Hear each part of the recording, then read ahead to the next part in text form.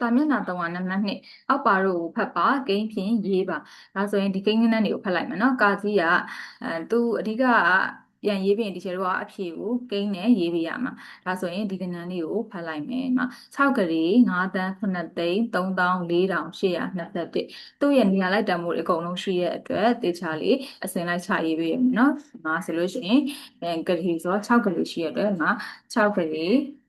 9တန်းပြီးလို့ရှိရင်9သိန်း3421ဂိမ်းဆိုတဲ့အတွက်ဒီလိုကဏ္ဍလေးတွေခြာရေးပေးလိုက်ရင်ဒါရပြီเนาะ6ကလေး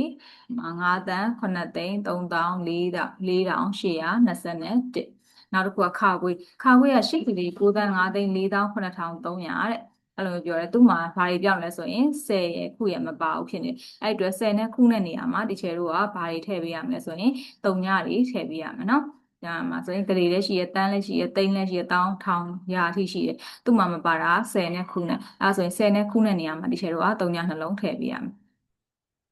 ကဲအဲ့ဒါဆိုရင်ဒီချေတို့ဒါလေးရေးလိုက်မယ်ဟာခွေးရဲ့အဖြေလေးက8ကတိ9တန်း5သိန်း4တောင်9300 9000ကျမှ300ဒီလိုလေးเนาะခုနဲ့10နေရာမှာကျတော့ဘာမှမရှိတဲ့အတွက်ရှယ်တော့3ညနှလုံးလေးကိုထည့်လိုက်တာ8ကလေး9တန်း5သိန်း49300ဖြစ်တယ်เนาะဒါဆိုရင်ဂငယ်ကကျတော့3ကလေး9000 3ကလေးရယ်9000ရယ်เนาะ3ကလေးနဲ့9000